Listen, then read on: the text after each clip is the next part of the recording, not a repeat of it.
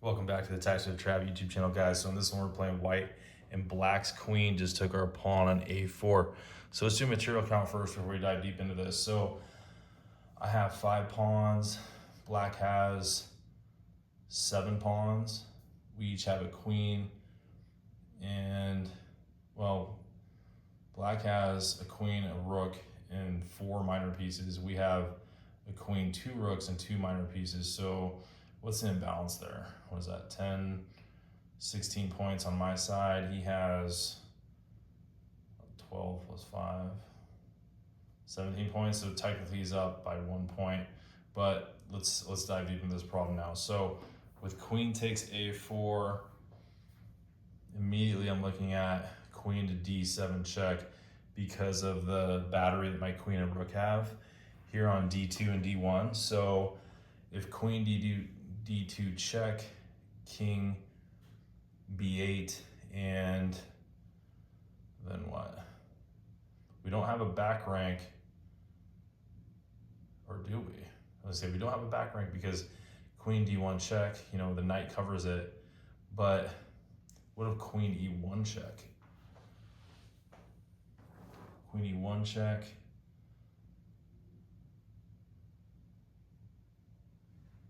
If the knight goes to d1, we just take the knight, but we could take it with the rook too. But what if the bishop covers? Oh, but you know what? It doesn't matter because the knight is pinned to the queen back on a4. Ah, that's smart.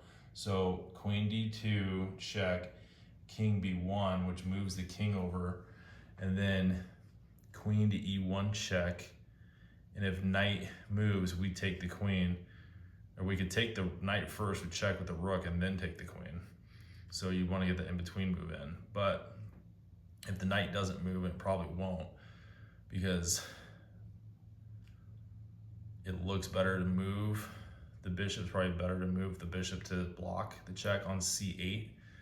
And then we follow that up with rook to d8 to add pressure to a pin piece. So then we have the queen on e1, the rook on d1, striking at the bishop on c8, about threatening to take. And then if the knight takes, then we take the queen on a4. That's got to be it. That looks really good. And that's forcing too. So there's really nothing that the black can do other than those moves that we just talked about. So I'm just going to, let's do a triple check here.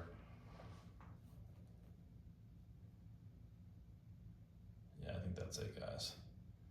It's interesting because it's a pin that works against black from the other direction, which it wouldn't look like it just on face value because we're on the side of the board.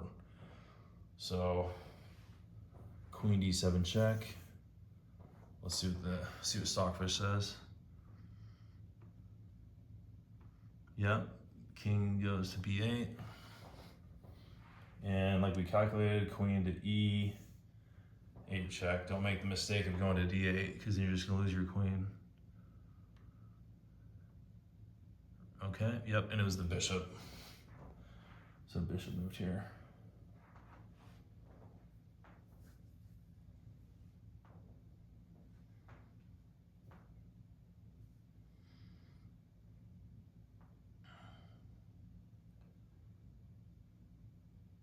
Yeah, and it's got to be rook d8 too, because let's say you're looking at bishop takes c6, then you only win a knight, and I mean, that's not bad.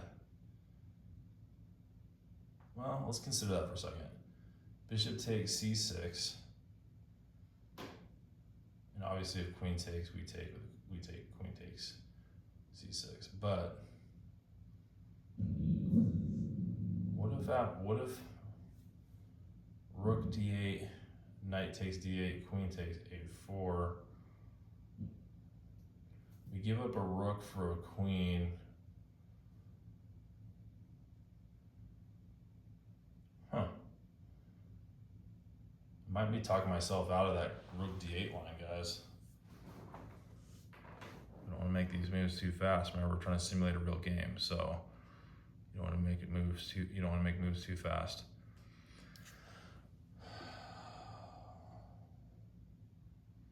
Bishop takes is kind of growing on me. Because we can always go rook d8 because there's nothing white can do, and we cut off the diagonal too. So, I mean, we gain tempo too on the queen, so the queen moves to, say, a6 after we go bishop takes c6, and then we can move rook d8, and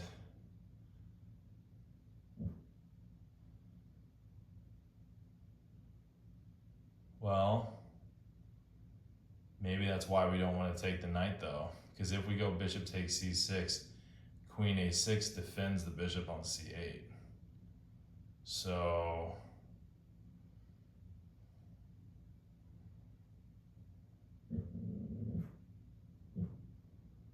technically we can still defend the bishop too after rook d8. We can just go rook d8 and queen goes to a6. Okay, okay.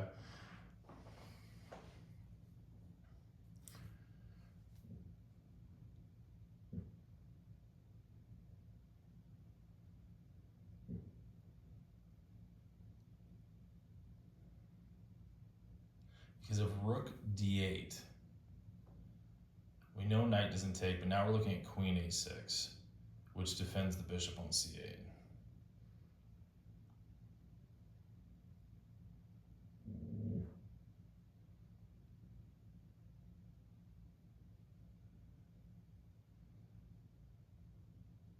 Ah, I got it now.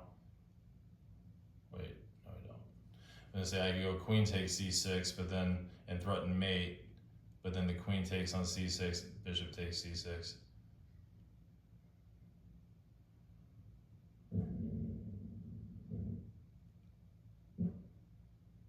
Huh.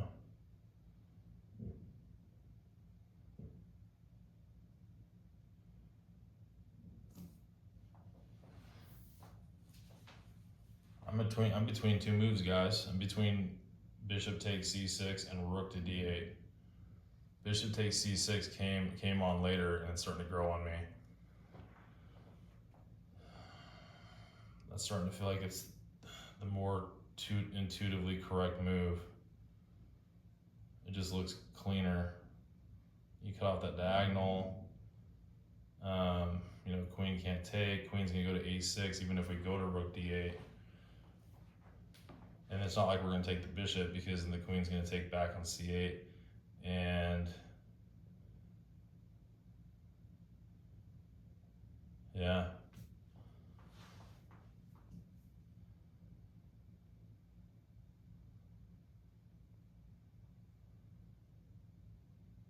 Well, okay, so bishop takes c6, queen a6, right? And then we got rook to d8. So black's not out of the woods, because instead of the diagonal that we're looking at, the a8 to h1 diagonal, we could just go bishop to d7, and that adds 3 attackers to the bishop on c8. So eventually, black's gonna run out of defensive resources, because he's not gonna be able to go knight to e7, because that knight's pinned to the rook on h8. So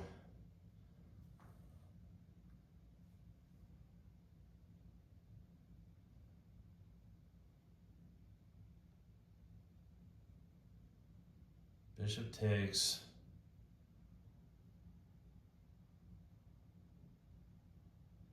c6 looks pretty good, and it's forcing too, because it does attack the queen. Whereas if you go rook d8, he doesn't have to take.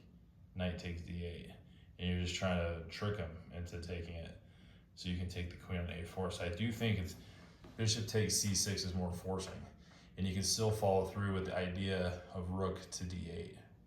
So I'm gonna go bishop takes c6, guys. We'll see what Stockfish says, see what the computer says.